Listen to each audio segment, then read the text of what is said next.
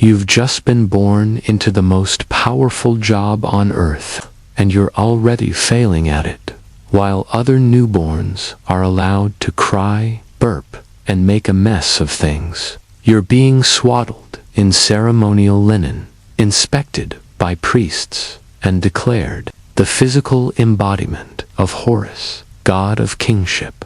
You're not just a baby. You're a political event. Your birth is accompanied by omens. Stars are observed. Sacred cows may or may not moo in your honor. Somewhere, a man with a shaved head and too much eyeliner is already carving your name into a stone tablet you'll never read. From your first breath, everyone around you is panicking, not because you're fragile, but because you're the next living god, which means if you so much as cough, the court astrologer might declare a national crisis. Childhood. Not happening. You don't get toys. A gold-plated structure colder than the Nile in February. You're surrounded by a team of caretakers whose job is to prevent you from dying, disappointing the gods, or doing anything undignified like crawling. You are bottle-fed political expectations. Your first words are probably scripted. And if you try to play with your cousin, someone whispers, "He's fourth in line. Best keep an eye on him." Even before you can walk, you're being groomed to rule. Royal advisors are already plotting your education, your image. Alert will share your last name and your jawline. And let's not forget, you're being raised to believe you are divine. That's not a metaphor. You are expected to internalize from a young age that the sun rises for you, which is adorable, until you realize the entire kingdom will blame you if it doesn't. If you thought being born a living god came with perks like skipping school or spending your mornings feeding ducks by the Nile, think again. As a young pharaoh in training, your schedule makes modern CEOs look underemployed. Your day starts early, like stars still out, priests already chanting, early. You're woken not by a gentle nanny, but by a steward holding a golden tablet, detailing today's responsibilities. And no, take a nap isn't on it. First lesson, reading and writing hieroglyphs. These are not normal letters. One wrong doodle, and you've accidentally sentenced someone to eternal torment. Then there's religious instruction. You're quizzed on the sacred names of gods, the proper way to bless a cucumber, and how many times to blink during an offering. If you mess up, a priest frowns at you like you just sneezed on Ra himself. You also study math not to do taxes, but to build monuments. You're taught geometry, not for fun, but because one day someone will ask you how to stack 2.3 million limestone blocks into a perfect triangle without accidentally inventing a leaning pyramid. And don't forget public speaking. You'll have to give speeches to crowds that think you control the weather. There's no winging it when your words might be interpreted as divine instruction. Say the wrong thing, and suddenly, grain prices crash. Military strategy is next. You're 10. You've never even thrown a rock in anger. But now you're expected to know battlefield formations, river crossing techniques, and how to casually mention Smite, the Nubians, in conversation. Philosophy.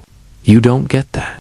Of this happens under the watchful eyes of tutors who are equal parts teachers, informants, and walking anxiety attacks. By the end of the day, your head is full of symbols, schedules, sacred laws, and just enough political paranoia to keep you up at night. In most childhoods, your friends are the kids who share snacks, toys, and a mutual desire to avoid homework. But when you're the future pharaoh, Your friends are more like potential enemies wrapped in linen tunics.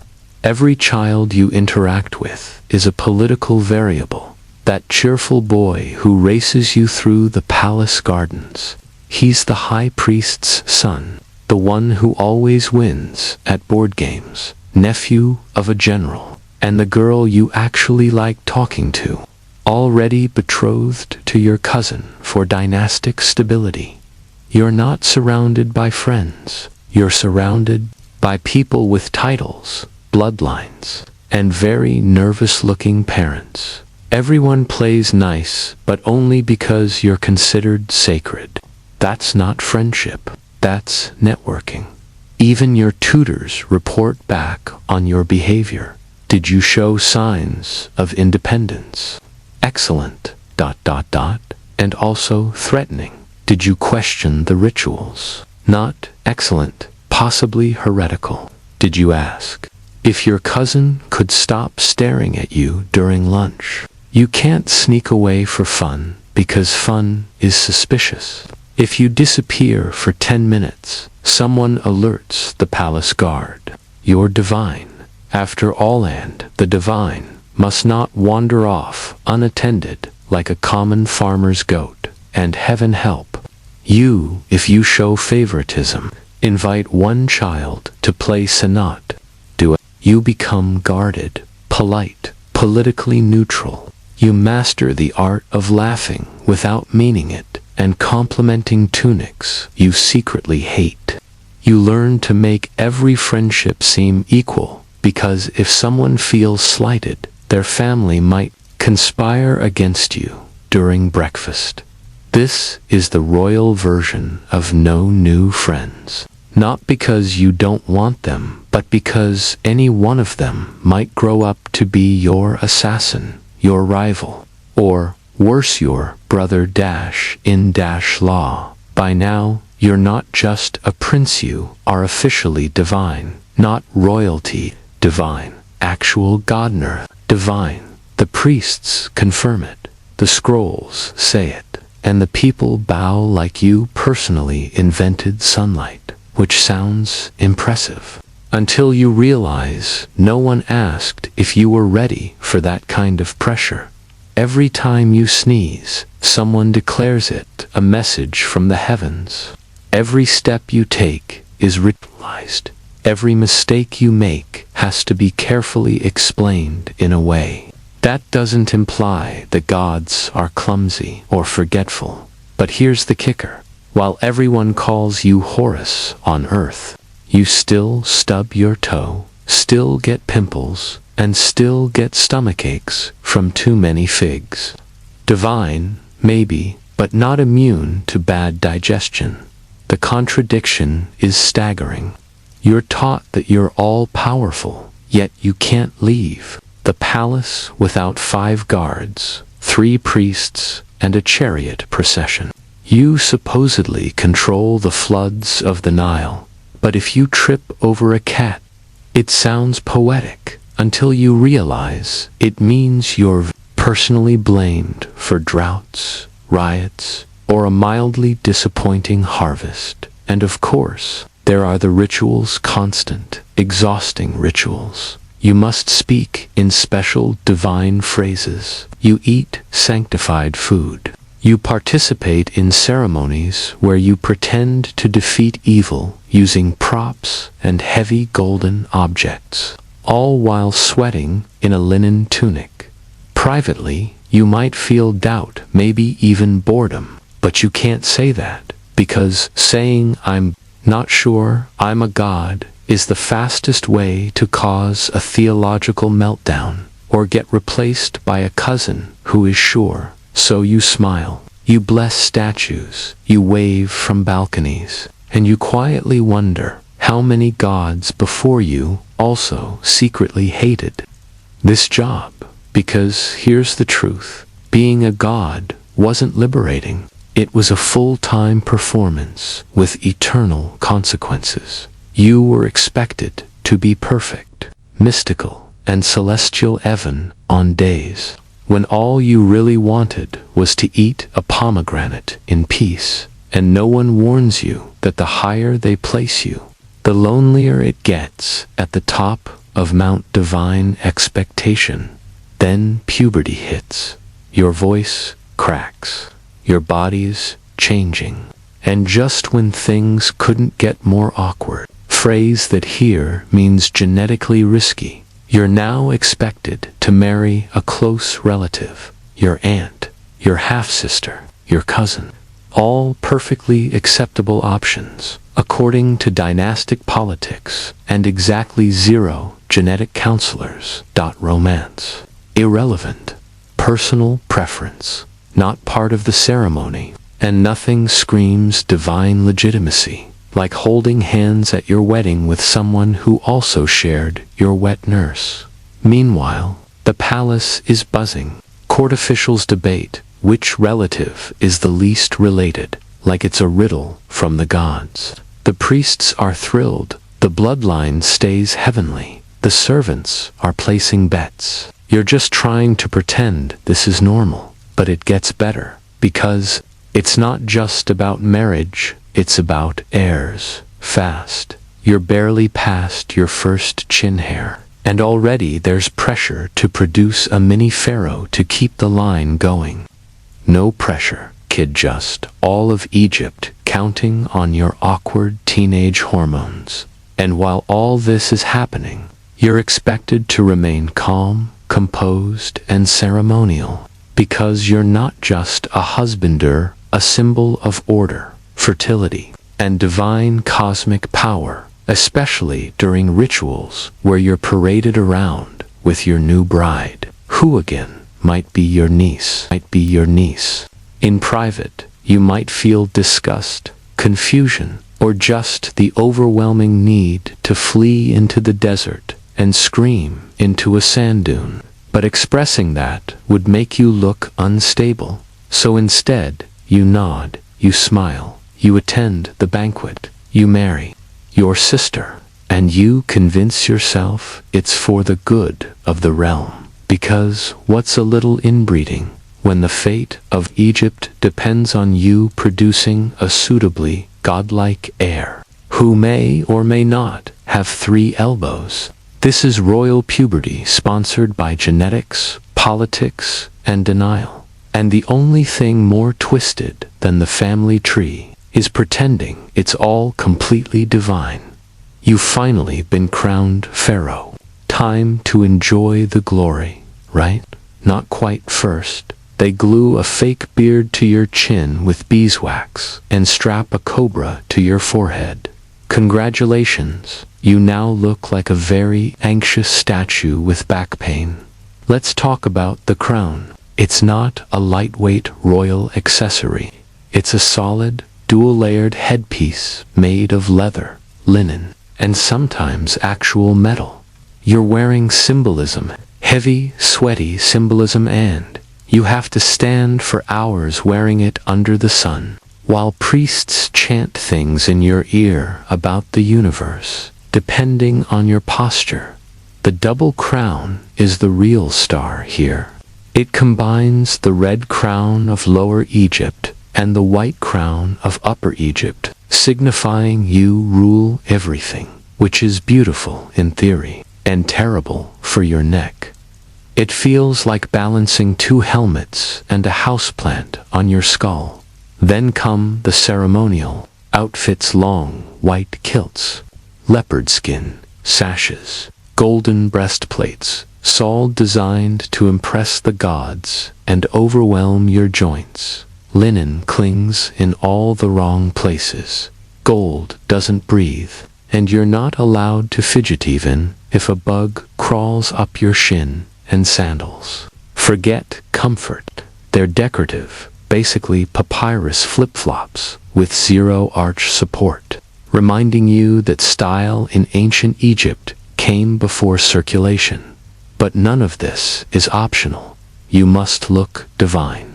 Not comfortable on a chariot divine, eternally sculpted godhood divine, even if you're sweating buckets, chafing in gold, and desperately trying not to faint into the Nile. Every outfit you wear, every color you choose, Every feather sticking awkwardly from your headdress has cosmic implications. The wrong color could signal political instability. The wrong hemline could accidentally summon a famine.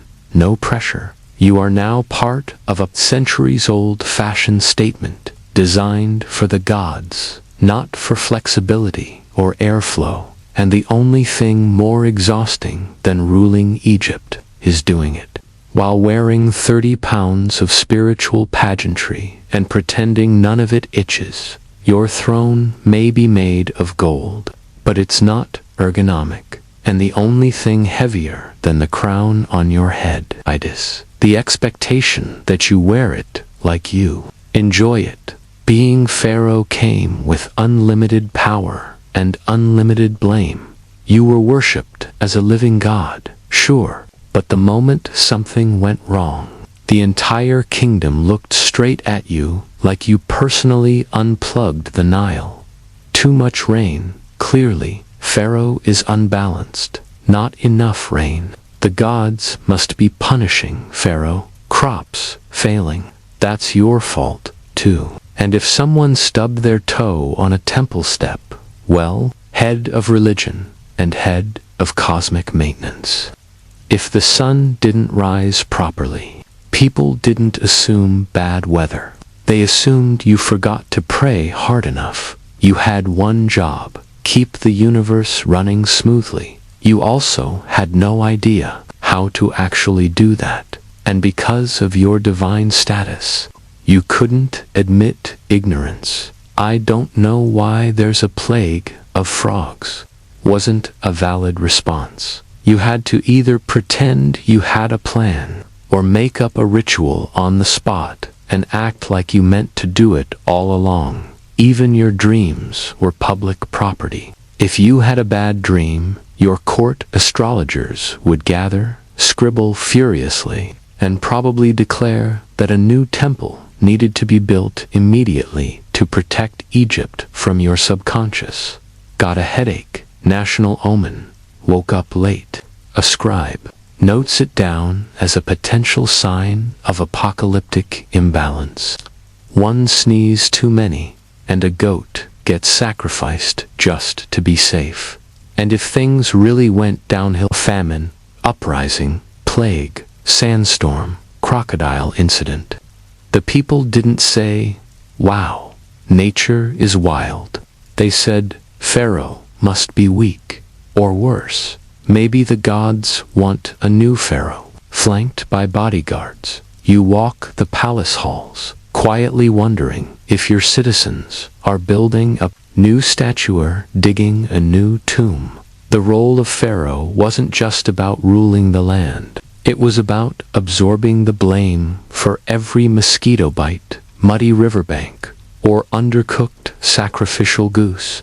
Because when you're divine, there's no such thing as a simple mistake. It was never just your job to lead. It was your job to take the fall when the universe hiccuped.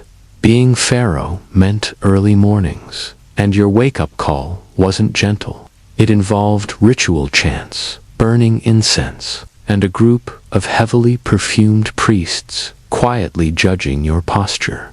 A normal person might start their day with coffee. You start by being ritually purified with water from a sacred pool that's probably colder than the afterlife. Then it's straight into wardrobe. Not for fun but because your linen had to be blessed, pre-folded, and probably ironed with moonlight or something equally dramatic. You're barely awake and already wearing 30 layers and a chest plate shaped like a falcon dot. Next comes the ritual cycle.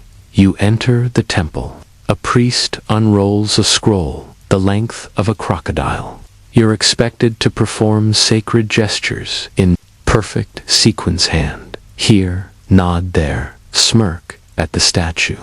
Chant the name of a god you haven't studied since childhood. Forget making a mistake. One wrong syllable, and suddenly you're being blamed for the Nile drying up, the cattle dying, or the moon not looking divine enough. Everything had to be done perfectly to maintain Matha's sacred balance of the universe, which, for some reason, apparently depended on your ability to wave incense correctly. And the rituals, they weren't short. Some ceremonies took hours. You couldn't yawn. You couldn't slouch.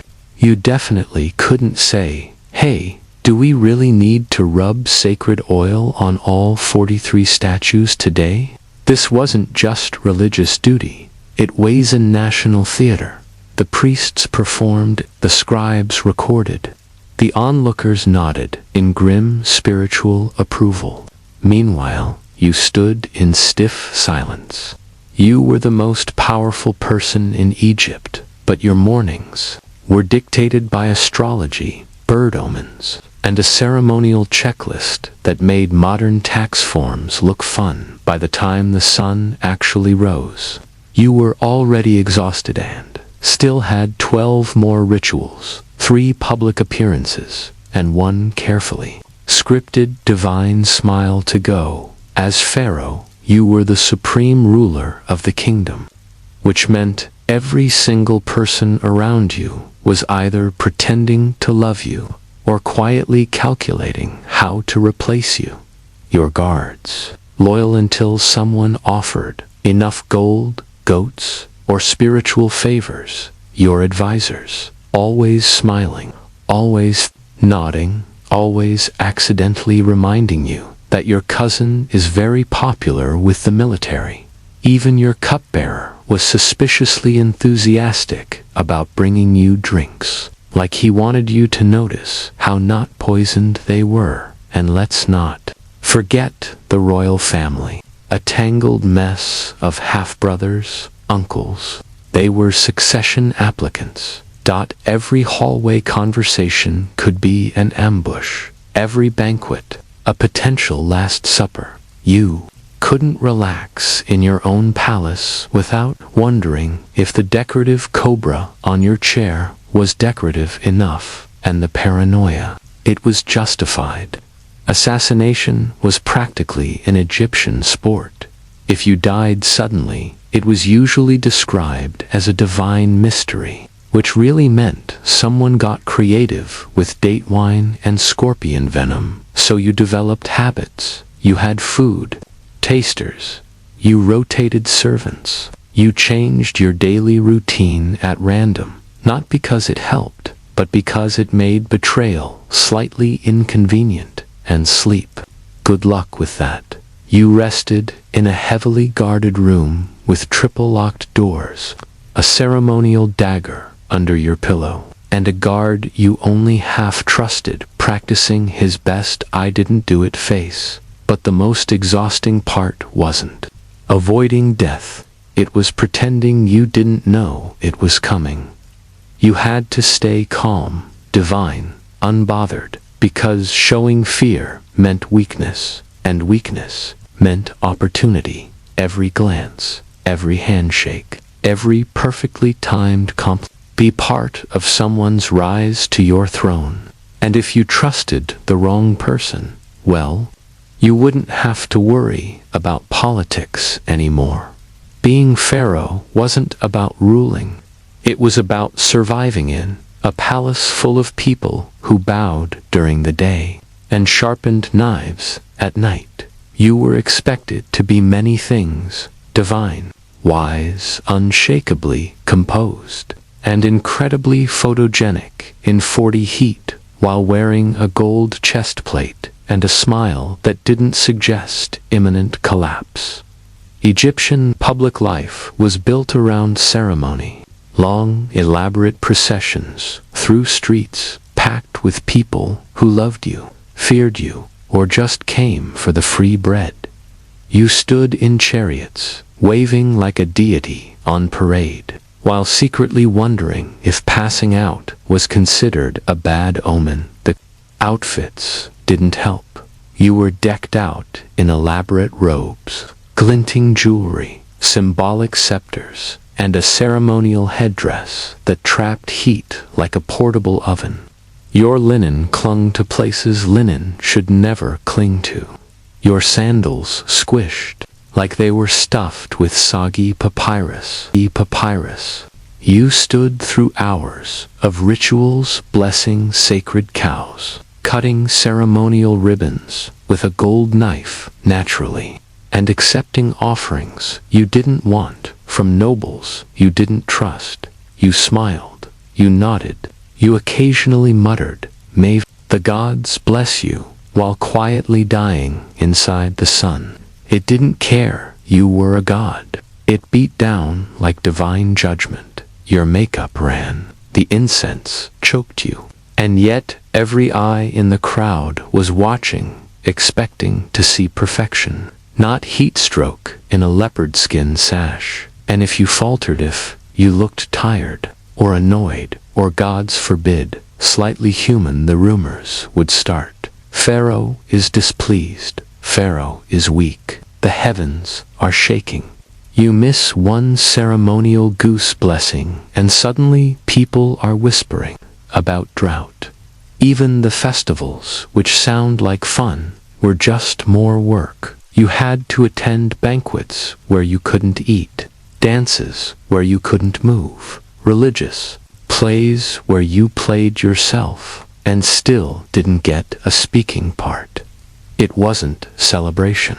It was theater, and you were the lead actor every single time. At the end of the day, you limped back to the palace drenched in sweat and divinity, wondering how many more statues you had to bless before the gods finally granted you a nap.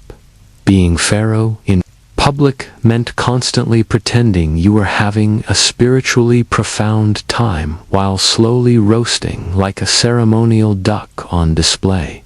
On the surface, you were Pharaoh, Horus on earth, Lord of the two lands, divine ruler of all things Nile-adjacent. But behind that glittering facade stood an even more powerful force, the priests, you see.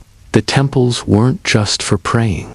They were banks, farms, schools, libraries, tax offices, and, in all likelihood, the ancient Egyptian equivalent of data centers. The priesthood controlled grain, land, gold, public opinion, and metaphysical guilt, which meant that while you wore the crown, they held the ledgers. Every temple was a kingdom within your kingdom, and its high priest, the CEO. These weren't harmless old men humming hymns. They were political tacticians in robes, fluent in astrology, bookkeeping, and subtle blackmail. They managed the gods, the festivals, the omens, and more importantly, your public image. If you sneezed on a feast day, they could interpret it as divine disapproval. If you wore the wrong color sash, that might mean RA was saddened. Suddenly the barley riots start, and yet you had to work with them, without the priests. The temples were tax exempt. They hoarded wealth with holy immunity. Meanwhile, your treasury struggled to stay full unless you started a war, sold grain, or shook down a merchant caravan. The priests, they had golden statues of jackals with better retirement plans than your military generals. But the worst part, they pretended to serve you, Pharaoh. "We live only to uphold your divine will," they'd say, while quietly diverting resources, managing spies, and advising your enemies. They didn't need armies. They only needed prayrand, maybe a little treason. You were the figurehead, the sunlit symbol, the living god. And they were the committee that decided how godly you were allowed to be this week. Mess with the temples, the nation rebels. Obey the temples. You slowly become their ceremonial mascot. It was a power struggle, dressed in incense and passive aggression. And the longer you reigned, the clearer it became. The gods might live in the heavens, but their accountants definitely lived at Karnak. In most families, Drama means someone forgot a birthday or made a snide comment at dinner. In yours, it meant conspiracy, palace coups, and the occasional oops, crocodile pit incident. Because, as Pharaoh, your biggest threat wasn't some foreign army. It was your own bloodline. You were raised in a palace full of siblings, cousins, uncles, and half-uncles, all of whom believed they should be sitting on your throne. Some were ambitious, some were delusional, all were dangerous. Succession, that was a nightmare. Egypt didn't have a firstborn gets everything rule. It was more like whoever survives the most assassination attempts and secures priestly approval wins. Half the court spent their time guessing which of your sons might become the next pharaoh. The other half spent their time making sure it wasn't the wrong one. Your children were groomed like racehorses. Each had factions, tutors, spies, and mothers whispering bedtime stories that ended with, "The gods always choose the most handsome heir." Subtle. Meanwhile, your brothers and uncles weren't content with being royal background characters. Every one of them had at least one general on speed dial, and a suspicious familiarity with accidental staircase tumbles, and the quinzious plural all lived under the same roof. Each one forming alliances and rivalries with the precision of political chess. Masters. One wrong glance at the wrong royal woman, and poof, the kitchen staff starts quietly replacing your wine taster. Palace life was like living in a really beautiful, overly perfumed cage, where everyone was either your relative or your future usurper. And funerals. Oh, the drama. Every death was suspicious. Every illness, potential poisoning. Every kaffa topic of temple gossip. Even your own burial wasn't safe. Tombs were looted. Names erased. Your loyal son might finish your pyramid, then immediately start carving over your legacy because he wanted a bigger one. Being Pharaoh meant the people who knew you best were also the ones who most wanted you gone, removed, politely, permanently. It was a royal forest full of snakes. So, after a life of rituals, paranoia, heatstroke, and family backstabbing, you finally die. You'd think you've earned a break. But no, in Egypt, being dead didn't mean being done. It just meant you were about to become a full-time spiritual symbol and a part-time horror movie prop. The embalming process begins. Immediately, your internal organs are removed, weighed, and politely stuffed into canopic jars, each one guarded by a funerary, animal-headed deity, like some kind of post-mortem Pokemon team. Your brain pulled out through your nose with a hook, not because it's useless, just because tradition says so. Then you're packed with resin-soaked linen and natron salts until you resemble a sacred raisin in a very fancy bandage. Your body becomes a political relic, wrapped tighter than your palace tax scrolls. Next comes the coffin, or rather, coffins, plural. You're stuffed into a series of increasingly ornate wooden boxes, like some kind of divine nesting doll, each one covered in gold leaf, inscriptions and protective spells, just in case you encounter rude ghosts on your way to the afterlife. But the real show's the tomb. You spent half your life, fanned half the kingdom's GDP, constructing a mausoleum designed to scream immortality. Walls were covered in instructions, prayers, and awkwardly drawn images of you smiting enemies who definitely weren't going to bother you in the afterlife. Unfortunately, your tomb also screamed, "Please rob me," despite curses, guards, an architectural misdirection. Most pharaohs' tombs were looted within decades, sometimes hours of being sealed. So, while your priests chanted prayers over your eternal soul, local criminals were sprinting off with your gold-plated footrest. And the worst part, if your name is forgotten, if your tomb is defaced, or if your mummified body ends up in a museum gift shop 3,000 years later, you don't get to enjoy the afterlife. That's right. One bureaucratic oversight, and you're stuck haunting some poor archaeologist forever. You might have been king in life, but in death, you're museum bait, political currency, or a cautionary tale carved into limestone. And just think, you haven't even reached the judgment hall yet. For someone marketed as a divine being, you sure spent a lot of time in mortal danger, because being pharaoh wasn't just about building temples and posing for statues.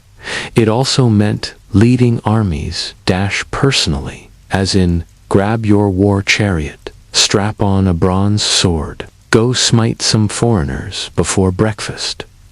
The generals made the plans, the scribes wrote the propaganda, but you had to show up and pretend you weren't absolutely terrified, because divine authority only worked if people saw you physically leading the charge, even if you had no idea how to hold a spear without looking like you were picking up laundry. And forget hiding in a tent like some medieval king.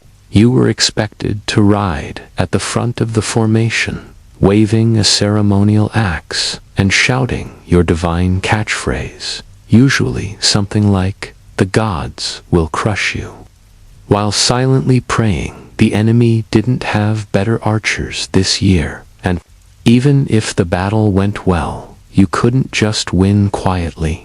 You had to return home with prisoners, loot, and enough severed hands to impress the temple. Accountants, all of which would be paraded through the streets, while you smiled and tried to look both humble and terrifying. But if you lost the battle, that's a problem, a big one, because pharaohs don't lose if you were injured, humiliated, or God's forbidden away. The priests might interpret it as divine displeasure, or worse, an excuse to replace you with someone who hasn't been cursed by defeat. So now you're stuck in a cycle. Raise taxes to fund a war, fight the war to protect your image, then build a monument to exaggerate the war, just in case people noticed you nearly died. It's expensive, it's exhausting. And it's only the beginning of your eternal divine workload. Being pharaoh was extremely bad for your blood pressure. And here's the kicker. Even if you didn't want to fight, you often had no choice. Generals demanded it. Advisors insisted.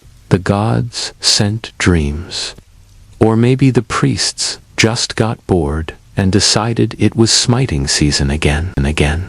You weren't just pharaoh. You were the marketing department for national military ambition. And if you didn't win, you'd better hope they buried you fast. Because history isn't kind to divine war heroes who come home without trophies. After all the rituals, warfare, backstabbing siblings, and linen-wrapped paranoia, you'd think history would at least give you a standing ovation. Commission the grandest temple, carve your name on every obelisk, and bury yourself beneath a mountain of gold. But all it took was one jealous successor with a chisel and poof, you never existed. Name erased, statues defaced, achievements reassigned to your great-nephew, who ruled for 6 minutes and declared himself the son of the sun, and also super cool. Erasing names wasn't just petty, it was spiritual murder. In ancient Egypt, if no one spoke your name, your soul couldn't reach the afterlife. Your pyramid budget. And even if they didn't erase you, they might just rewrite you Suddenly, your disastrous battle becomes a glorious victory. Your mild-mannered personality gets upgraded to unquestionably heroic. That embarrassing crocodile incident, omitted entirely as who you were, but as what made the next guy look better.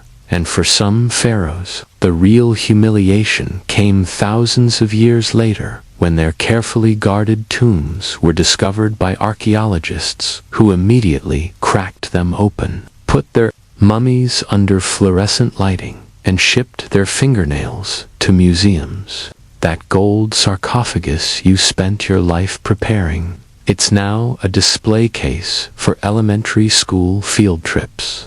Your royal toenail clippings are tagged, cataloged, and possibly available in the gift shop as keychains.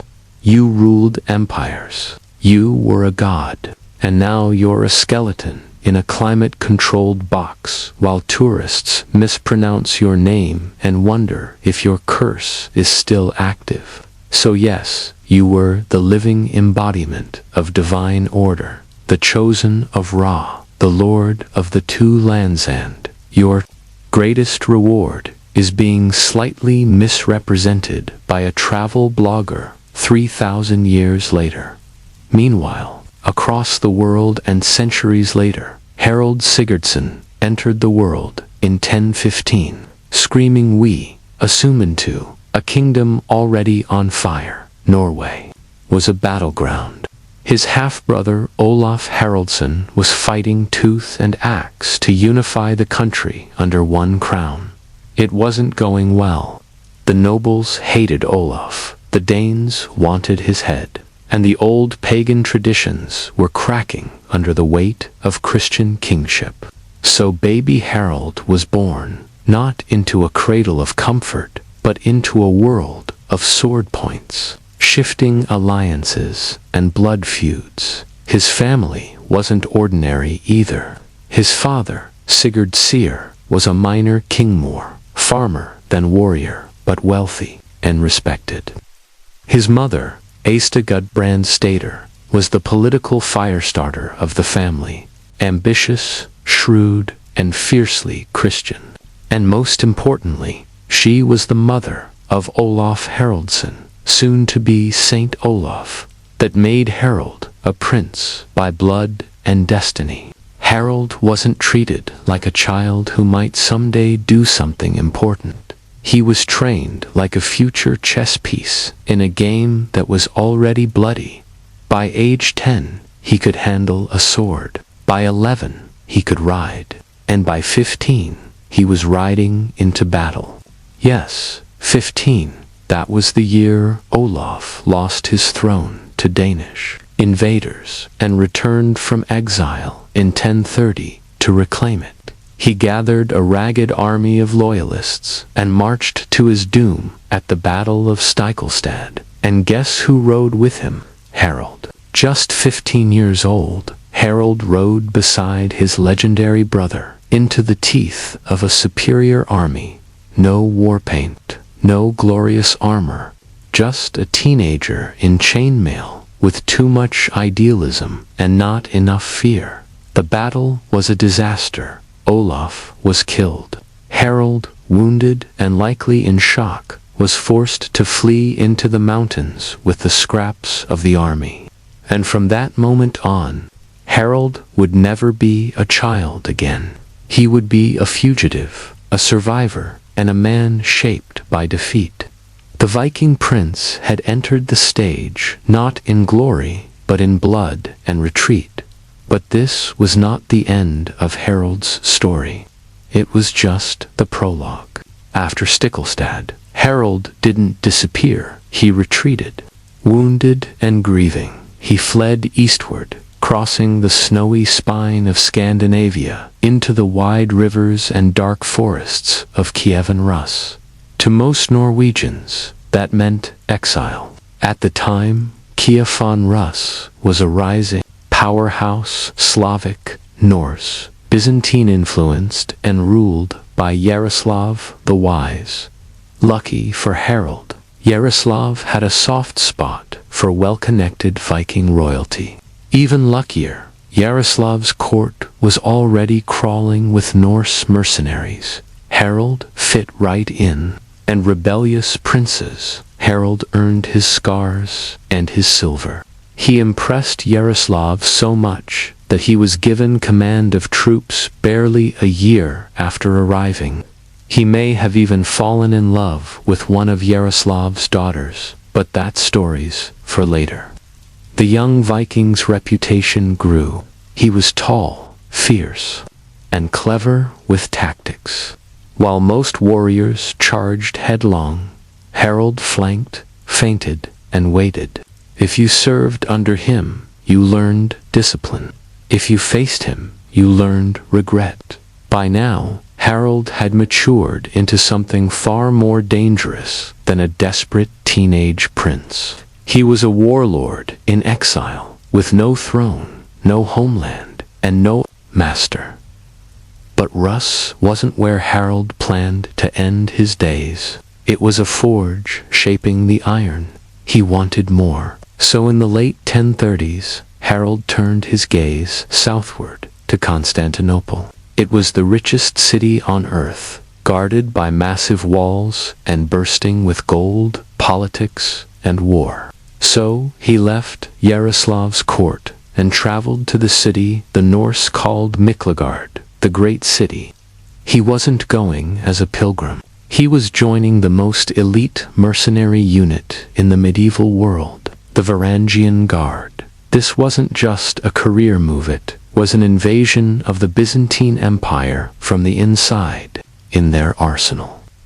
When Harald reached Constantinople in the early 1040s, he entered a world that made even the wealthiest Viking jarls look like peasants.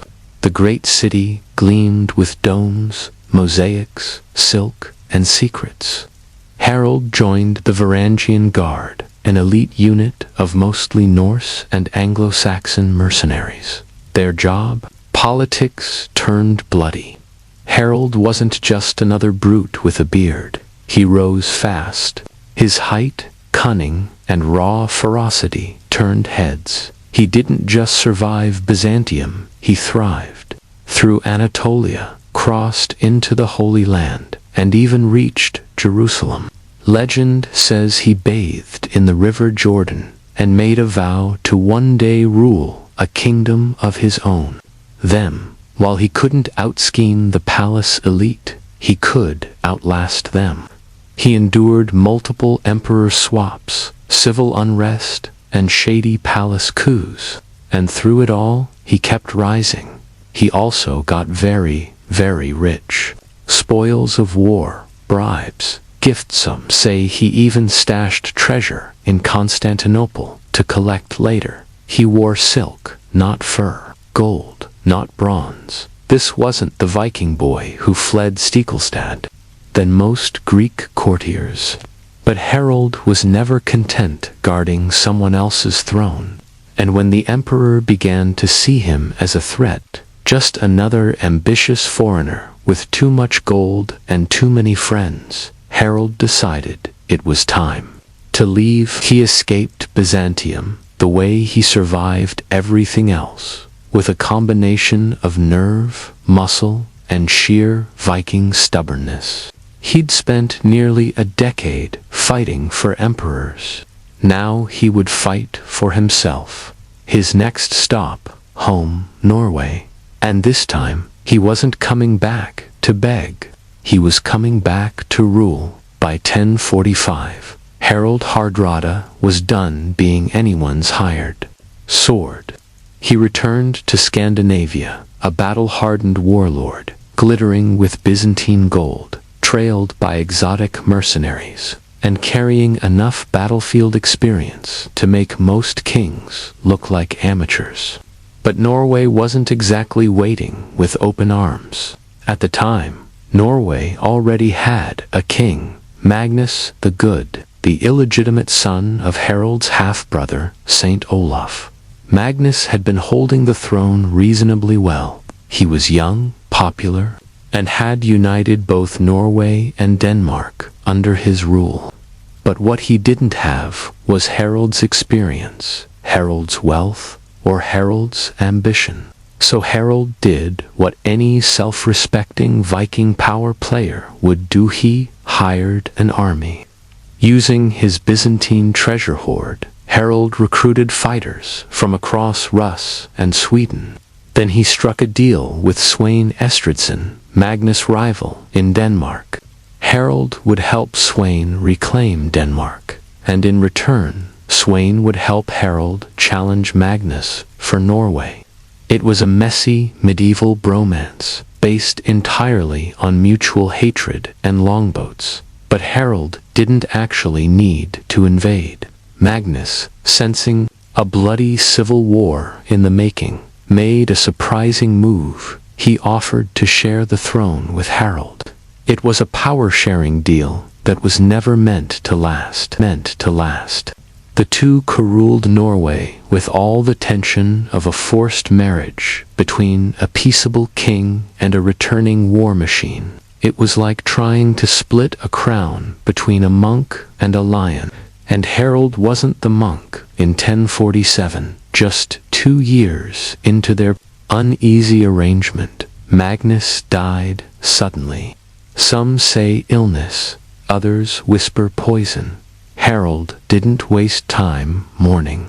He seized the throne of Norway without blinking and made it crystal clear. He was now sole king, but he wasn't satisfied. He wanted Denmark to, and so began nearly 2 decades of war between Harold and Sweyn Estridsson.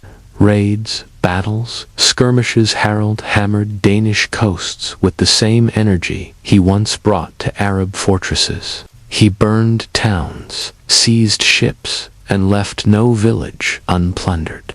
Yet he could never quite hold the land.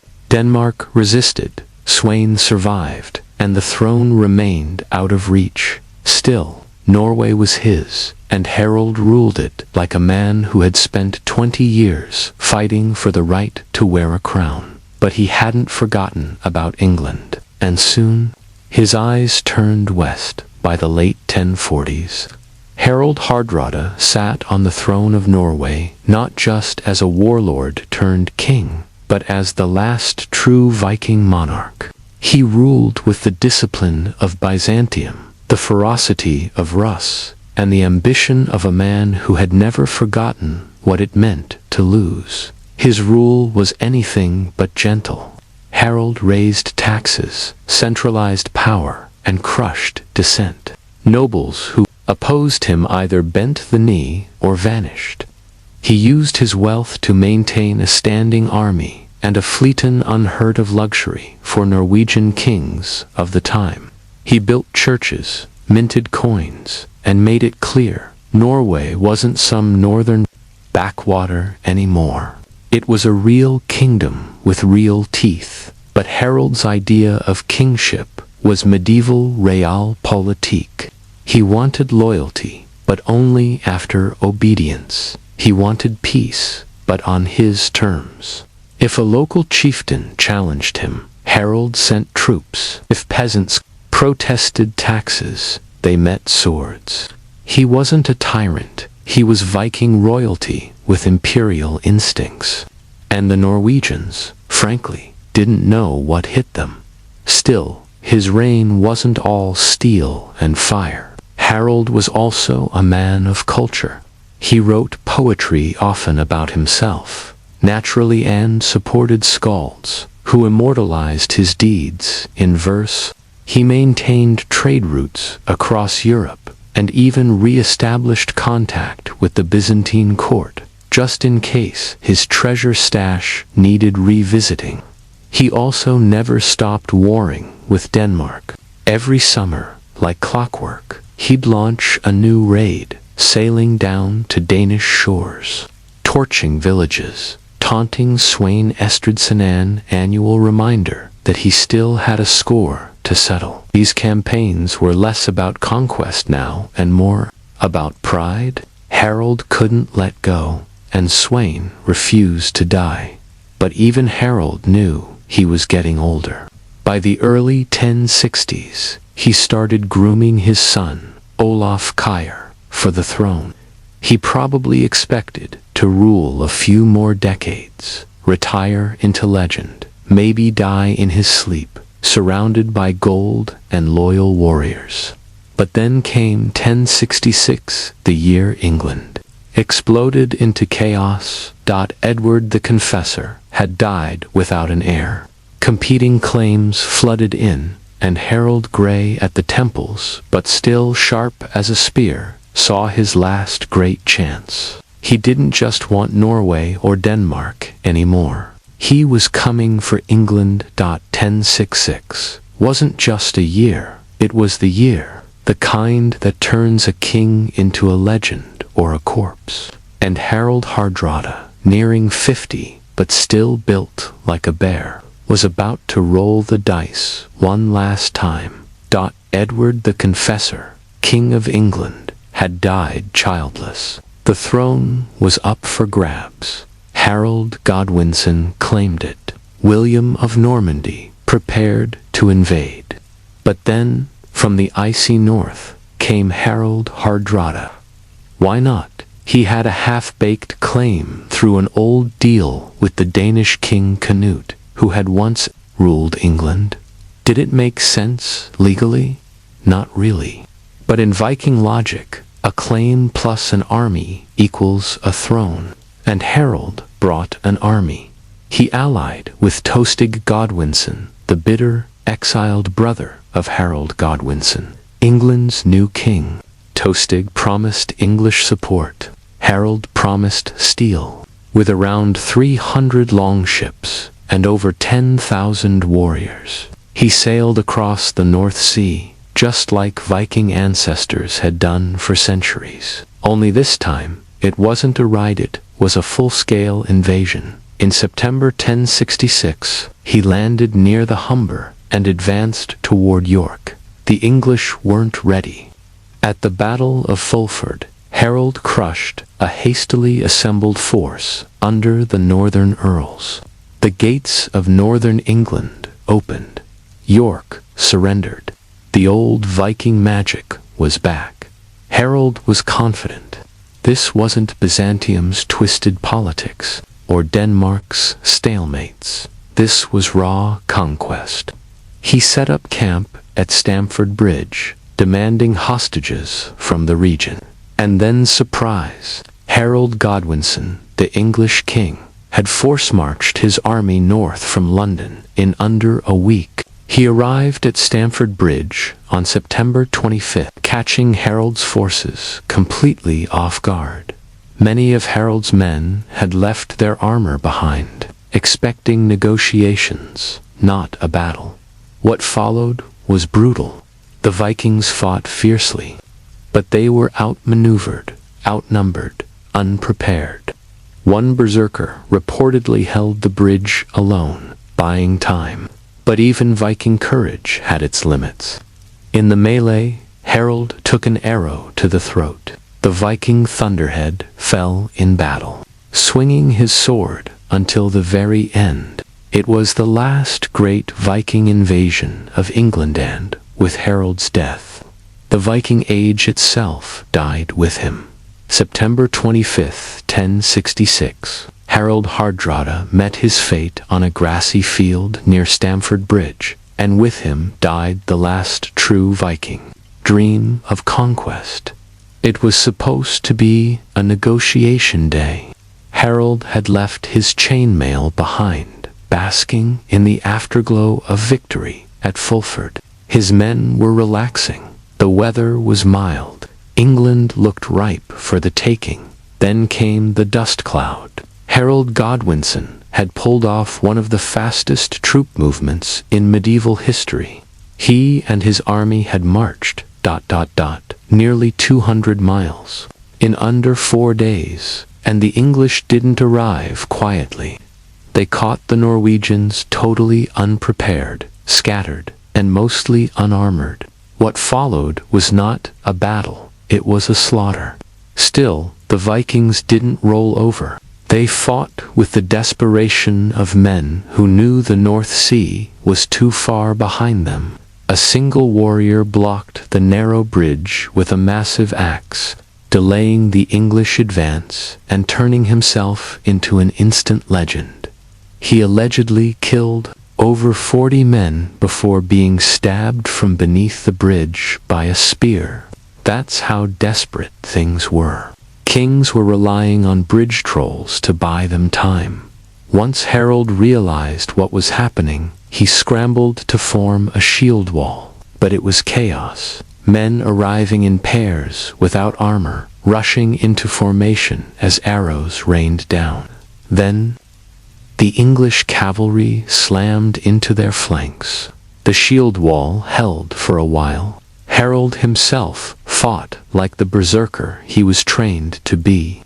According to legend, he swung a massive two-handed sword with both hands, towering above his men like a war god. He killed, bled, and roared.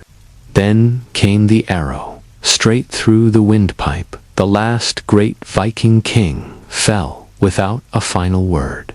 When reinforcements from the ships finally arrived under Einstein Aura, Harold's standard-bearer, it was too late. They found the field littered with corpses. Einstein himself died in what became known as Aura's storm, a doomed counterattack that ended in more Norse, blood-soaking English soil. Out of Harold's massive fleet of 300 ships, only 24 were needed to carry the survivors back to Norway. The message was clear. The age of Viking conquest was over. The dragon ships would sail home, but their fire was gone. Harold Hardrada's death at Stamford Bridge didn't just end a campaign, it closed a chapter in world history. The Viking Age, that glorious, brutal, gold-hungry century of raids, sagas, and longships, had officially breathed its last. And fittingly, it died with a Viking king falling in battle far from home. Sword in hand, lungs filling with blood.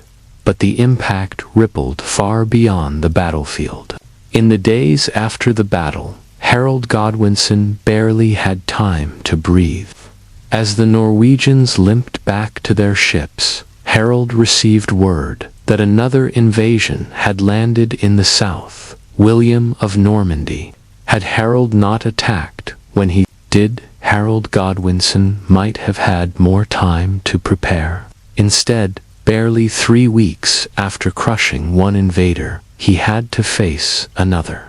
At Hastings, on October 14th, Harold fell to the Normans, and England passed into new hands. In a strange twist of fate, Harold Hardrada, who failed to take the English crown, may have paved the way for William to do just that. The Chaos Herald, brought north, weakened the kingdom just enough to crack the door open.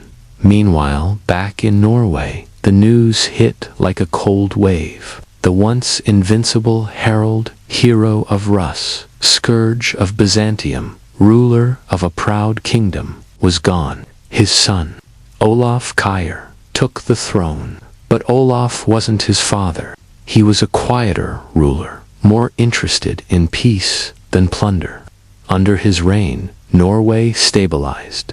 The old Viking fire cooled into politics, trade, and Christianity. The longships were still there, but they stopped being weapons and became tools of commerce. No more berserkers charging monasteries. No more gods demanding blood on the beaches. No more kings with their eyes fixed west, dreaming of silver and conquest.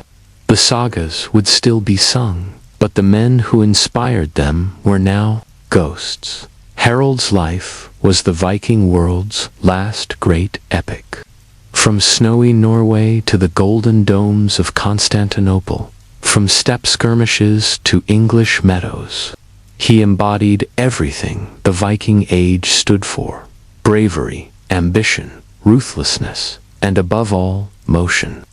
But after Stamford Bridge, that motion stopped, and the Norse world turned its gaze inward. The Viking Age had ended. The medieval world had begun. The medieval world had begun. Harald Hardrada's death may have marked the end of the Viking Age, but his legacy was too large to be buried with him. Even centuries later, his story echoes through sagas, ballads, and history books like a battle horn across a fjord. He wasn't just a king, he was a symbol of a dying age, of Viking ambition at its wildest, and of what happens when a man refuses to fade quietly into history. Historians argue over how to define Harald. Was he a conqueror, a poet, a cold-blooded killer? The truth: he wrote verse but also ordered raids that reduced villages to ash. He built churches in Norway but also left fields soaked with blood from Sicily to Stamford Bridge. He was both brute and bard, builder and destroyer. What no one questions is his greatness. While most Norse leaders faded into legend with a few sagas and a cairn, Harald carved his name into 3 empires. His poetry survives. His name echoes in the Heimskringla and the Anglo-Saxon Chronicle, and his exploits still challenge modern filmmakers, writers. Meaning hard ruler speaks volumes. It wasn't an insult, it was a warning. Harald didn't bend. He ruled as he fought, with fire in his blood and a blade in his hand. After his death, Norway changed. Olaf Kyrre, his son, ushered in peace and prosperity. Trade blossomed. The sword was sheathed, and the Viking era turned into memory. But Harald remained larger than life. In Norway, Harald Hardrada became a national icon. In Iceland, he was the subject of sagas. In England, a cautionary tale. And in Byzantium, a ghost of the north who once stood guard over emperors. He was the last Viking king, and he died as he lived with a sword in his hand, chasing a crown.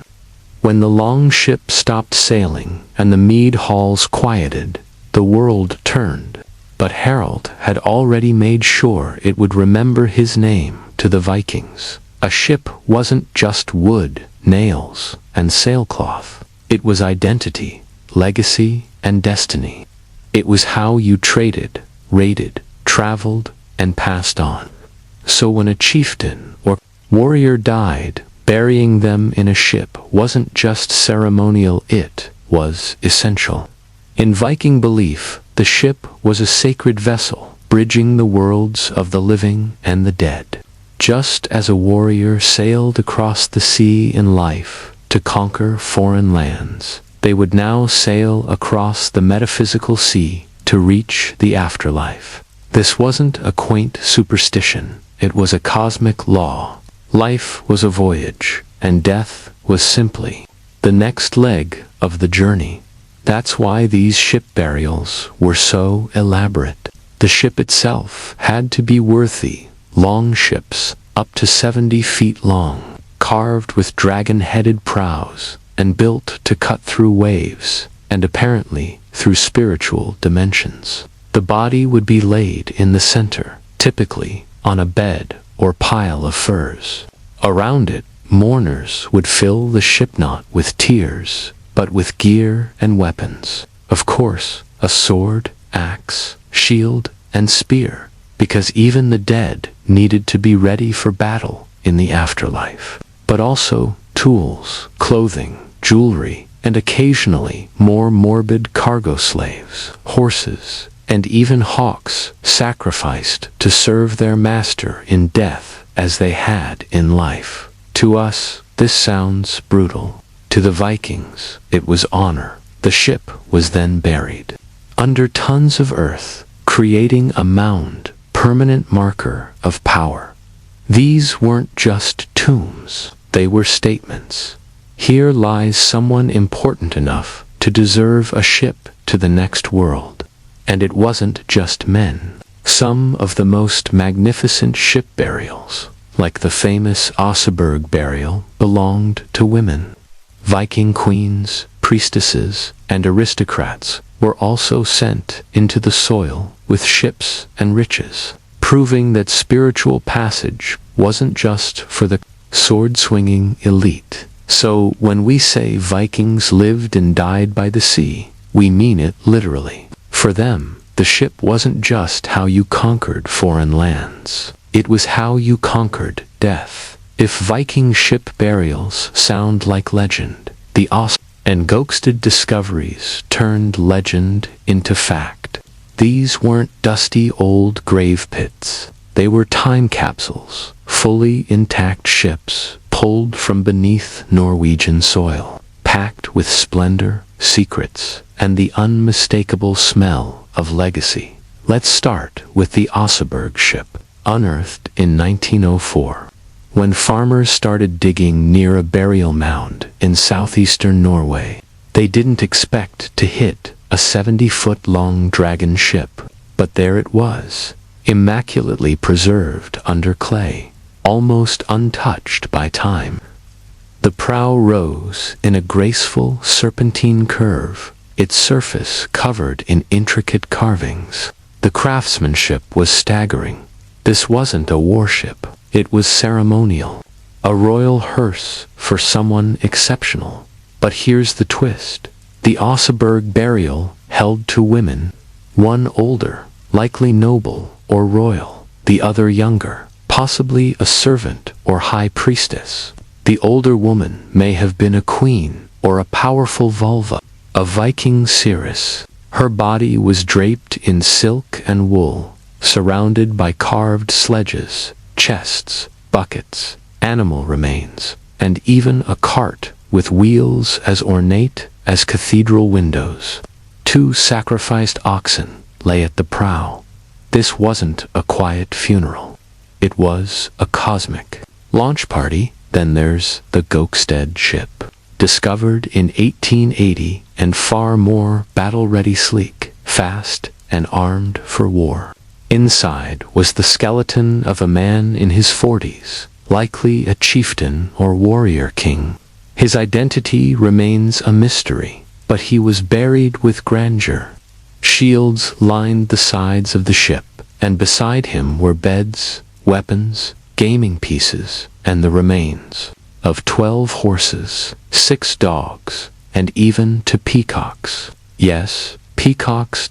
These ship graves reveal more than wealth. They reveal beliefs. The Oseberg burial spoke of ritual and female power. The Gokstad ship hinted at prestige, conquest, and global trade. Together, they show how the Vikings tied death to travel, how the next world wasn't a place you waited for, but a destination you sailed to.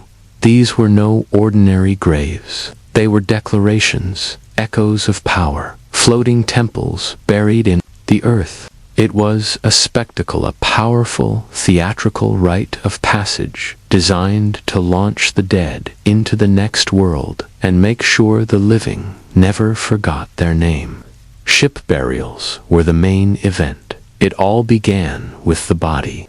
The deceased wasn't just placed on a pile of wood like an afterthought. Their body was washed, dressed in fine garment silk, if available, embroidered wool if not tanned, often adorned with jewelry or symbols of status. In some cases, the deceased were sometimes even posed as if peacefully asleep, cradling weapons or seated upright in a ceremonial posture. Then came the rituals, and this is where things got a little blood-stained. Accounts like those of the Arab traveler Ibn Fadlan offered chilling insight into Viking funeral rites, especially among the Rus, a Norse group in Eastern Europe. In one such account, when a chieftain died, a slave girl, volunteer, was selected to join him. In death, over several days, she was treated like royalty, washed, dressed, and paraded. Then, at the funeral, She was sacrificed, strangled, and stabbed in a grisly ceremony involving chants, drums, and alcohol-fueled ecstasy. Animals were not spared either. Horses were slaughtered to carry the soul. Dogs, hawks, and even cows were offered as companions or guardians. In rare cases, boats were surrounded by ringed stone circles, believed to symbolize the boundary between worlds. As for the ship itself, it wasn't always buried intact. Sometimes it was burned, set ablaze, and pushed out to sea in a flaming farewell that lit up the night sky. Other times, it was placed in a dugout pit and covered with stones or earth to form a burial mound. The choice depended on status, location, and sometimes sheer practicality. Since burning a longship wasn't cheap, these funerals were more than religious rites. They were political displays. A massive burial was a public show of power. The message was clear. This was no ordinary man. This was someone whose death shook the earth and whose journey to the gods deserved thunder. The ship burials were violent, beautiful, and deeply spiritual. They weren't sending the dead away. They were launching them like stars into eternity, thanks to Hollywood. Most people picture a Viking funeral as a blazing longship drifting out to sea, flames licking the sky while stoic warriors watch from the shore. It's cinematic, dramatic, and mostly fiction. The truth is that ship burials, not burnings, were far more common in the archaeological record.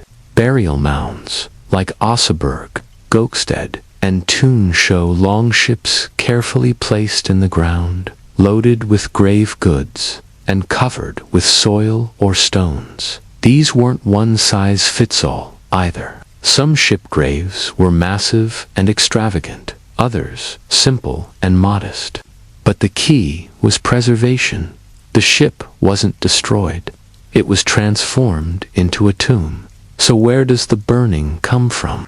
That fiery farewell mainly comes from literary sources like the Icelandic sagas and foreign eyewitness accounts. For example, Ibn Fadlan describes a Rus funeral where a chieftain's ship was set on fire with the body and sacrificial victims inside. But even that example is complicated. Might not have been a full ship, but rather a symbolic structure shaped like one. It's possible ship burnings did happen, especially in regions where burial wasn't feasible or where fire held symbolic weight. A cremation at sea would make sense if burial land was limited, or if the person was meant to join the gods in dramatic fashion from an archaeological standpoint. However, burned ship remains are extremely rare. In truth, the idea of a burning ship may have been as important as the act itself. Fire was sacred to the Norse, it purified and transformed. A flaming ship wasn't just a spectacle. It was a spiritual engine sending the soul through smoke to the gods above. But burial had advantages: preserved legacy. It left a physical monument, something the living could return to. A mound was a marker, a memory in earth. And that mattered in a society where honor, lineage, and saga were everything. So, which was real? Both. But buried ships left the bones of history behind. The flaming ones left only legend and smoke. Forget the stereotype of Viking women waiting at home, weaving by the hearth. In death, just like in life, Norse women could command awe, fear, and ceremony. Nowhere is this clearer than in the ship. Burials of Viking age, women, especially those that rivaled and sometimes outshone their male counterparts. The Oseberg burial remains the most striking example. Unearthed in 1904, it housed not one but two women, one older, one younger laid to rest in one of the most lavish Viking ships ever found. The ship itself was a masterpiece, sweeping curves, carved dragon heads, and planks fit for a king. But this wasn't a warrior's grave. It was a queen's whore, possibly a Vaviva's. A vulva was a seeress, a sorceress, a prophetess who walked the line between worlds. The grave goods in Oseberg wands, staffs, and mystical animal remains hint at ritual and magic. If the main figure was indeed a vulva, then the burial honored not just political power, but spiritual authority. In Norse society, that could be just as influential as swordsmanship. And then there was the sheer wealth: sledges, carts, textiles, tapestries, imported silks, ceremonial beds, and sacrificed animals, all packed around these women as if they were being sent not just to the afterlife. Graves across Scandinavia confirm this pattern. The Gausel Queen, buried near Stavanger, was laid to rest with gold jewelry, imported bronze vessels, and fine riding gear. Her grave radiated status. The Ladby ship also showed signs of high female interment. Scholars still debate whether some warrior graves, complete with weapons, belong to women. DNA evidence from a grave in Birka, Sweden, suggests that one high-ranking warrior buried with a full arsenal was biologically female. So, what does this tell us? To the Vikings, a ship wasn't just wood, nails, and sailcloth. It was identity, legacy, and destiny. It was how you traded, how you raided, how you traveled, and how you passed on. So when a chieftain or warrior died, burying them in a ship wasn't just ceremonial, it was essential. In Viking belief, the ship was a sacred vessel that bridged the world of the living and the dead. Just as a warrior sailed across the seas in life to conquer foreign lands, they would now sail across the metaphysical sea to reach the afterlife. This wasn't a quaint superstition, it was cosmic law. Life was a voyage, and death was simply the next leg of the journey. That's why these ship burials were so elaborate. The ship itself had to be worthy. We're talking about longships, up to 70 feet long, carved with dragon-headed prows, and built to cut through waves and through spiritual dimensions. The body would be laid in the center, typically on a bed or pile of furs. Around it, the mourners would begin to fill the ship not with tears, but with gear, weapons, of course a sword, axe, shield, and spear, because even the dead needed to be ready for battle in the afterlife, but also tools, clothing, jewelry, and occasionally more morbid cargo, slaves, horses, and even hawks sacrificed to serve the master in death as they had in life. To us, this sounds brutal. To the Vikings, it was honor. The ship was then buried under tons of earth, creating a mound, a permanent marker of power. These weren't just tombs, they were statements. Here lies someone important enough to deserve a ship to the next world. And it wasn't just men. Some of the most magnificent ship burials, like the famous Oseberg burial, belonged to women. Viking queens, priestesses, and aristocrats were also sent into the soil with ships and riches, proving that spiritual passage wasn't just for the sword-swinging elite. If Viking ship burials sound like legend, the Oseberg and Gokstad discoveries turned legend into fact. These weren't dusty old grave pits. They were time capsules, fully intact ships pulled from beneath the Norwegian soil, packed with splendor, secrets, and the unmistakable scent of legacy. Let's start with the Oseberg ship. Unearthed in 1904, When farmers started digging near a burial mound in southeastern Norway, they didn't expect to hit a 70-foot-long dragon ship. But there it was, immaculately preserved under the clay, almost untouched by time. The prow rose in a graceful serpentine curve, its surface covered in intricate carvings. The craftsmanship was staggering. This wasn't a warship, it was ceremonial. Royal hearse for someone exceptional. But here's the twist. The Oseberg burial held to women, one older, likely noble or royal, the other younger, possibly a servant or a high priestess. Viking Cirrus. Her body was draped in silk and wool, surrounded by carved sledges, chests, buckets, animal remains, and even a cart with wheels as ornate as cathedral windows. To sacrificed oxen lay at the prow. This wasn't a quiet funeral.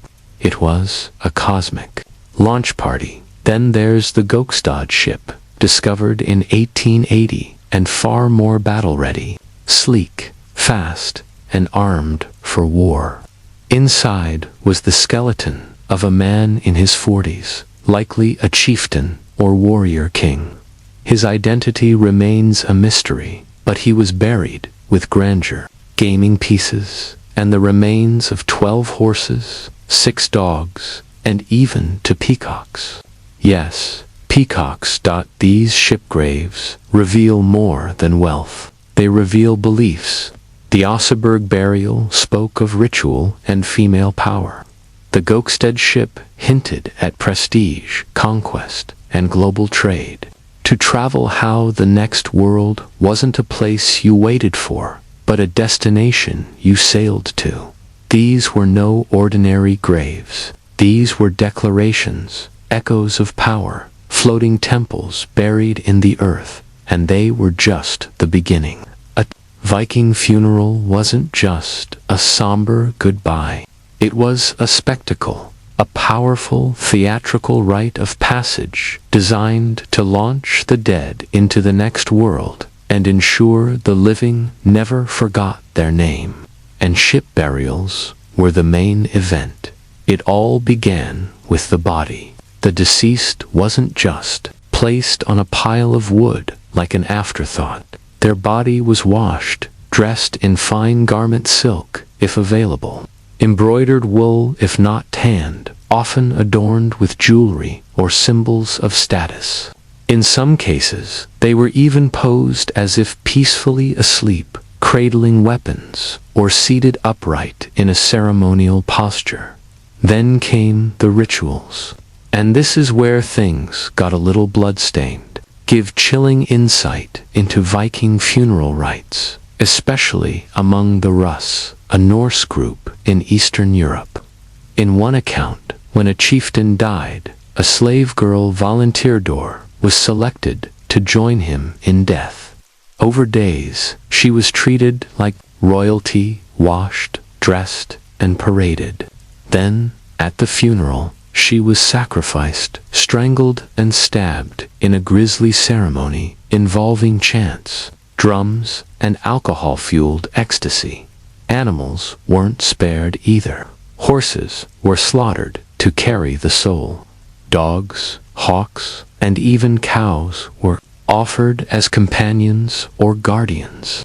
In rare cases, boats were surrounded by ringed stone circles, believed to symbolize the boundary between worlds. As for the ship, it wasn't always buried intact. Sometimes it was burned, set ablaze, and pushed out to sea in a flaming farewell that lit the night sky. Other times, it was placed in a dugout pit and covered in stones or earth to form a burial mound. The choice depended on status, location, and sometimes sheer practicality. Burning a long ship wasn't cheap. These funerals weren't just religious, they were political. A massive burial was a public show of power. This was no ordinary man, the message said. This was someone whose Death shook the earth, and whose journey to the gods deserved thunder. The ship burials were violent, beautiful, and deeply spiritual. They weren't just sending the dead away, they were launching them like stars into eternity. Thanks to Hollywood, most people picture a Viking funeral the same way, a blazing longship drifting out to sea, flames licking the sky while stoic warriors watch from the shore. It's cinematic, it's dramatic, it's also mostly fiction. So, what's the truth? The reality is that ship burials, not burnings, were far more common in the archaeological record.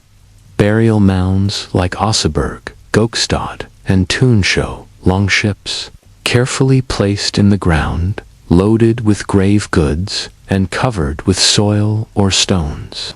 These weren't one-size-fits-all either.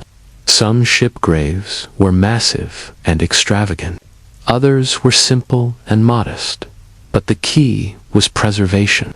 The ship wasn't destroyed. It was transformed into a tomb. So where does the burning come from? That fiery farewell comes mainly from literary sources, like the Icelandic sagas and foreign eyewitness accounts. For example, Arab diplomat Ibn Fadlan describes a Rus funeral where a chieftain's ship was set on fire with the body and sacrificial victims inside. But even that example is complicated. It might not have been a full ship, but rather a symbolic structure shaped like one.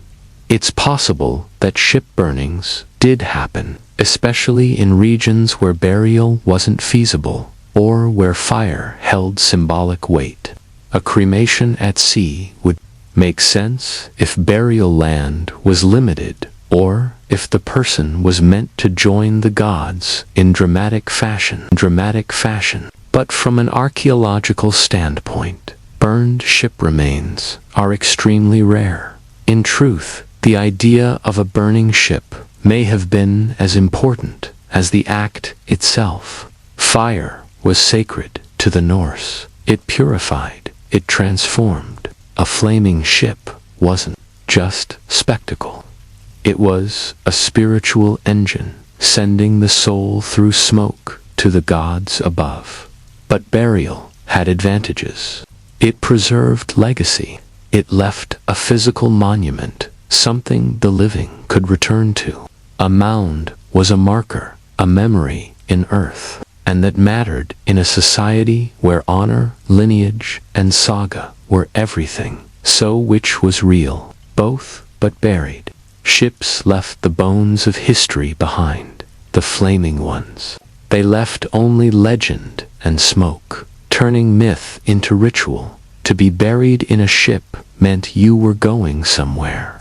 Valhalla, perhaps a glorious hall for warriors who died bravely. Or Folkvanger, the field ruled by the goddess Freya, where half of the slain were welcomed. And for those who did not earn honor in life, there was Hel, the gloomy realm ruled by a half-rotting goddess of the same name, wherever the soul traveled. It didn't walk, sailed, and this sea journey wasn't reserved for elite warriors alone. Even humble cremation burials often included boat shapes formed from stones or wood, marking the dead's passage across unseen waters. The ship was a metaphor made real, carving through both waves and worlds. Viking funeral ships were more than vessels. They were cosmic tools. By placing the dead in a ship surrounded by weapons, animals, and treasure, Vikings weren't just provisioning a tomb, they were arming a traveler, a soul about to cross the divide between Midgard and the great beyond. And to the living, that ship wasn't a farewell. It was a launch, a reminder that the journey didn't end in the gravit, merely changed course. 1,000 years have passed since the last Viking ship burial slid into the earth, but their stories are still unfolding. These vessels of death once buried in silence, now speak louder than ever through museums, excavations, and the imaginations of millions. Today, the Oseberg, Gokstad, and Thun ships rest in glass-walled halls in Norway, preserved not as morbid relics, but as cultural treasures. Tourists stare up at their curved prows, marveling at the craftsmanship, the symbolism, the audacity of a people who turned boats into coffins and graves into gateways. These ships were never meant to sail again, and yet they have. Not across oceans, but through time. It's not just archaeologists who are listening. Writers, filmmakers, and game designers continue to draw inspiration from Viking funerals. From dramatic scenes in The 13th Warrior and How to Train Your Dragon to blazing send-offs in shows like Vikings, the image of a ship burial has become one of the most iconic symbols of Norse culture. Is it historically accurate every time? Not really, but the spirit remains. Death as a voyage, the ship as a symbol. Even modern Scandinavians feel the echo. Some Viking descendants request their ashes be scattered at sea or ask for ceremonies modeled after ship burials. No slaves, thankfully, but still honoring that ancient connection between vessel and soul. A few daring experimental archaeologists have gone further. They've rebuilt Viking burial ships, launched them onto rivers and seas, trying to understand the engineering and the magic of the originals. What's truly remarkable is how much we've learned from these ships. Their wood tells us about ancient forests now lost. Their construction reveals engineering knowledge that rivaled the Mediterranean world, and their grave goods peacocks, silk, silver coins map a Viking trade network far wider than just Scandinavia. The Viking ship burial wasn't just a funeral, it was a final performance, a dramatic conclusion to a life of war, poetry, trade, and power. And even now, these ships are still performing, reminding us that the dead were once alive, that myth and memory are hard to separate, that some vessels never stop sailing, they just move across different seas, turning myth into ritual. To be buried in a ship meant you were going somewhere. Valhalla, perhaps a glorious hall for warriors who died bravely, or Folkvanger, the field ruled by the goddess Freya, where half of the slain were welcomed. And for those who did not earn honor in life, there was Heltha, gloomy realm, ruled by a half-rotting goddess of the same name. Wherever the soul traveled, it didn't walk, sailed. And this sea journey wasn't reserved for elite warriors alone. Even humble cremation burials often included boat shapes formed from stones or wood, marking the dead's passage across unseen waters. The ship was a metaphor made real, carving through both waves and worlds. Viking funeral ships were more than vessels. They were cosmic tools. By placing the dead in a ship, surrounded by weapons, animals, and treasure, Vikings weren't just provisioning a tomb, they were arming a traveler, a soul about to cross the divide between Midgard and the great beyond. And to the living, that ship wasn't a farewell. It was a launch, a reminder that the journey didn't end in the grave, it merely changed course. 1,000 years have passed since the last Viking ship burial slid into the earth, but their stories are still unfolding. These vessels of death, once buried in silence, now speak louder than ever through museums, excavations, and the imaginations of millions. Today, the Oseberg, Gokstad, and Thun ships rest in glass-walled halls in Norway. preserved not as morbid relics, but as cultural treasures. Tourists stare up at their curved prows, marveling at the craftsmanship, the symbolism, the audacity of a people who turned boats into coffins and graves into gateways. These ships were never meant to sail again, and yet they have. Not across oceans, but through time. It's not just archaeologists who are listening.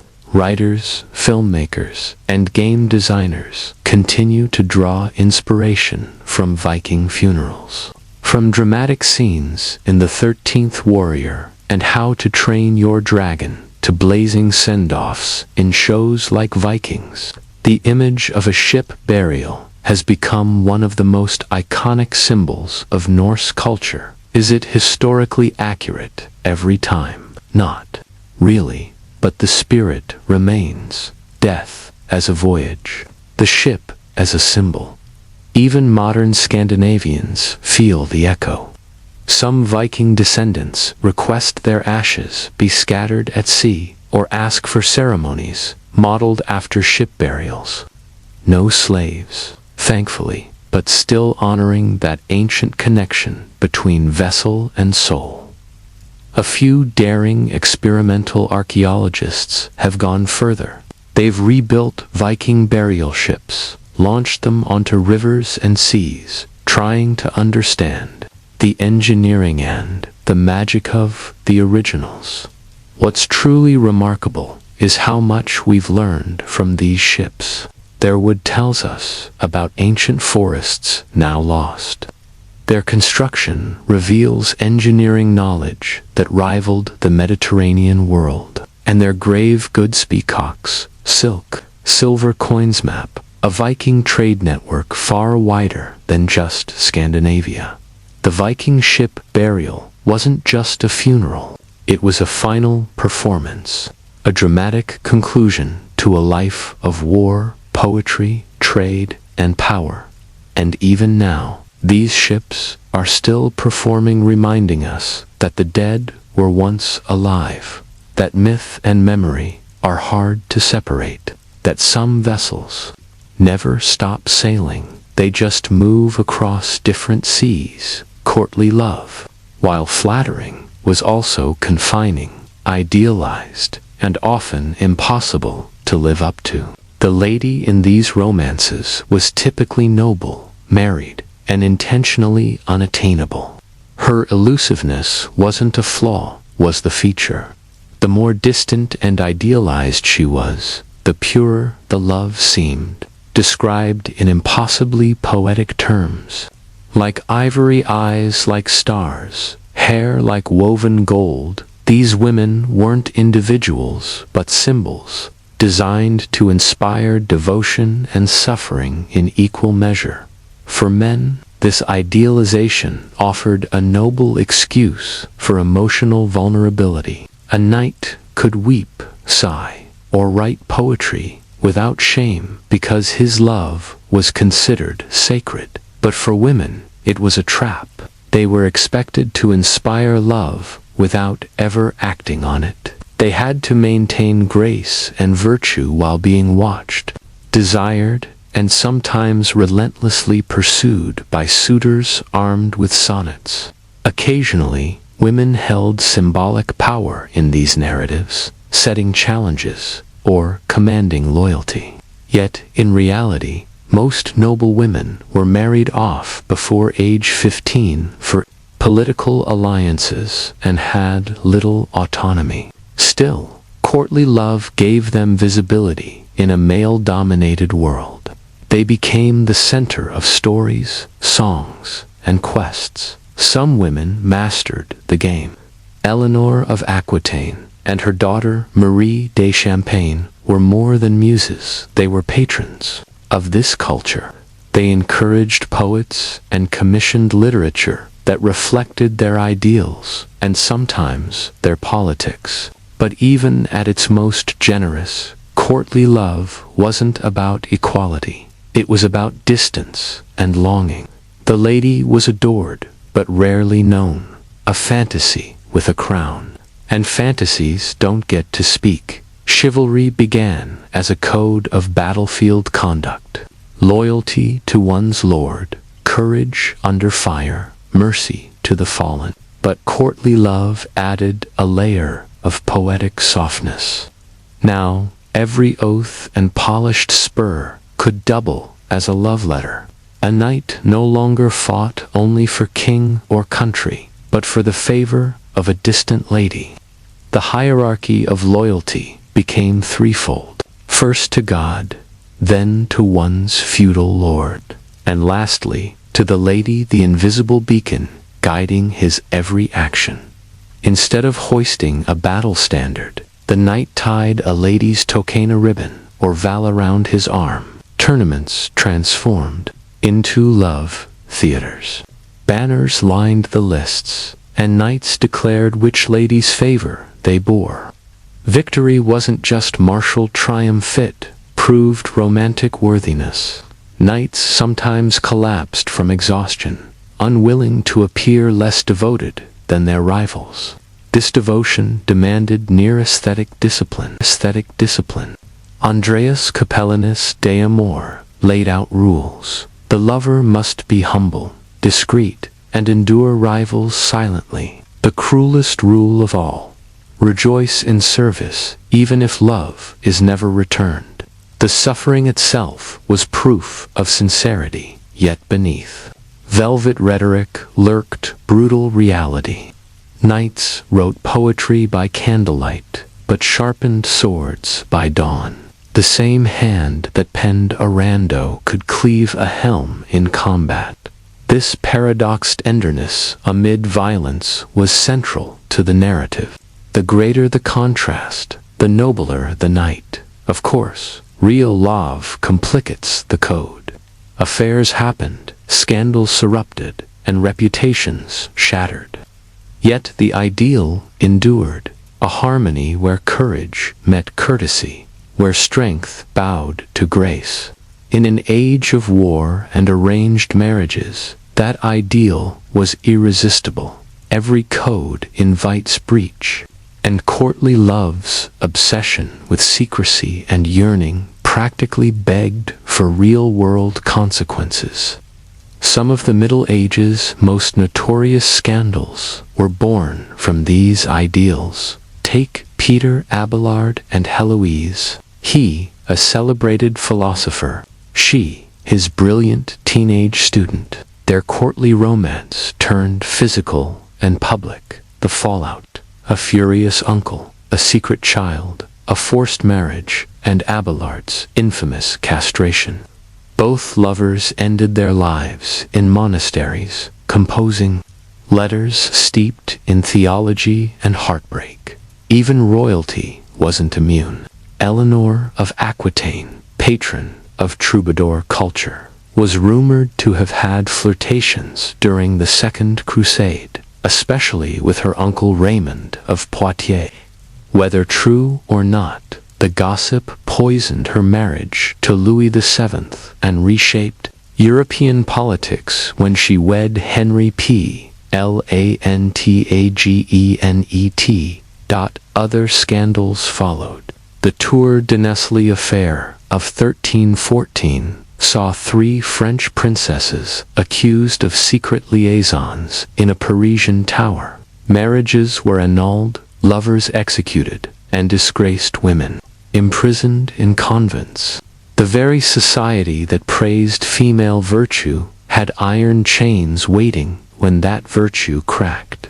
Then came the quieter tragedies: nameless women banished for exchanging letters, knights sent on crusade for suspected indiscretions, sermons comparing wandering hearts to rusted swords.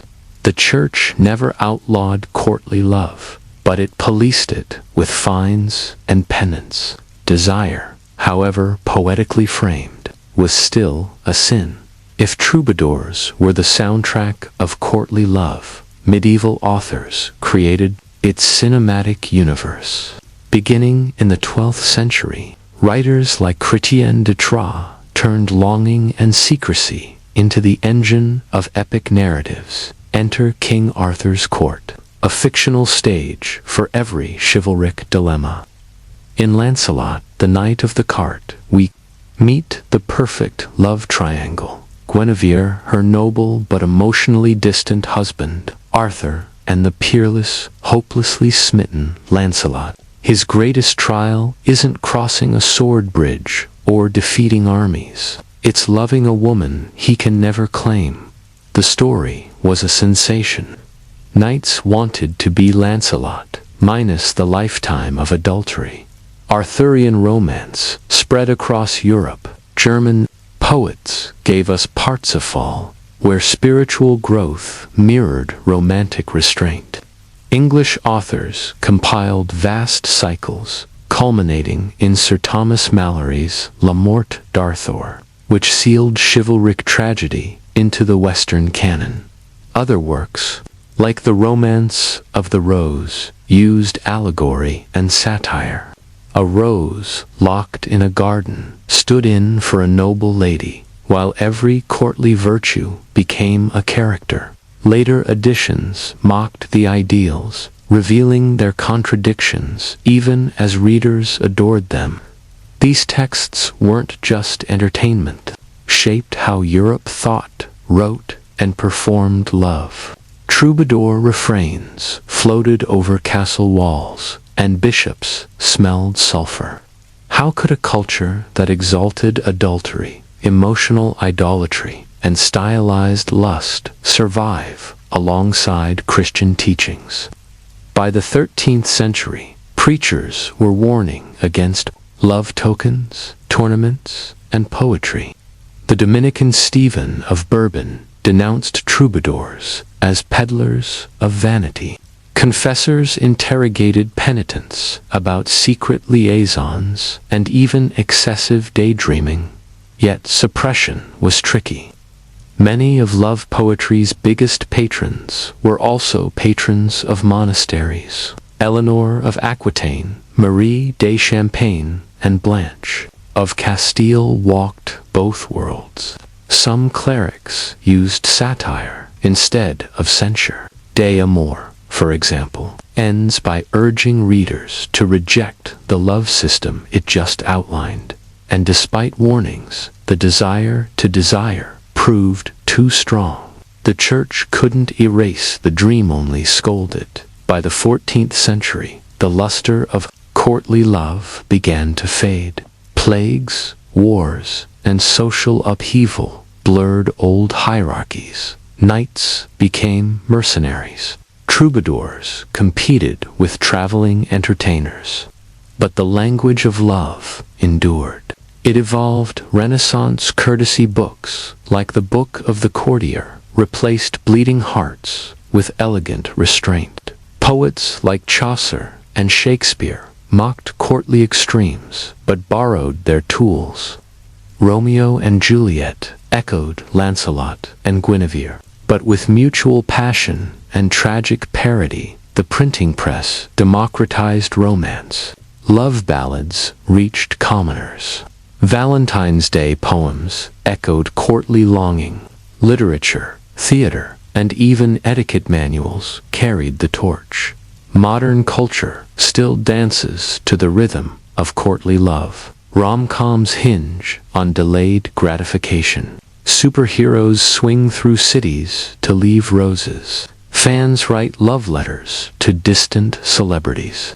Emojis have replaced lutes, but the structure remains. Distant beloved, suffering admirer, and the thrill of anticipation. Yes, courtly love could be toxic, obsessive, and hypocritical, but its endurance reveals a deeper truth. Humans crave structure for passion. We want our feelings to matter, to mean something. Courtly love didn't just change how we talk about romance. It gave us the fantasy that longing, when performed just right, could become noble, transformative, and eternal. And that fantasy still lingers in stories, in songs, and in every heart that has ever ached from afar.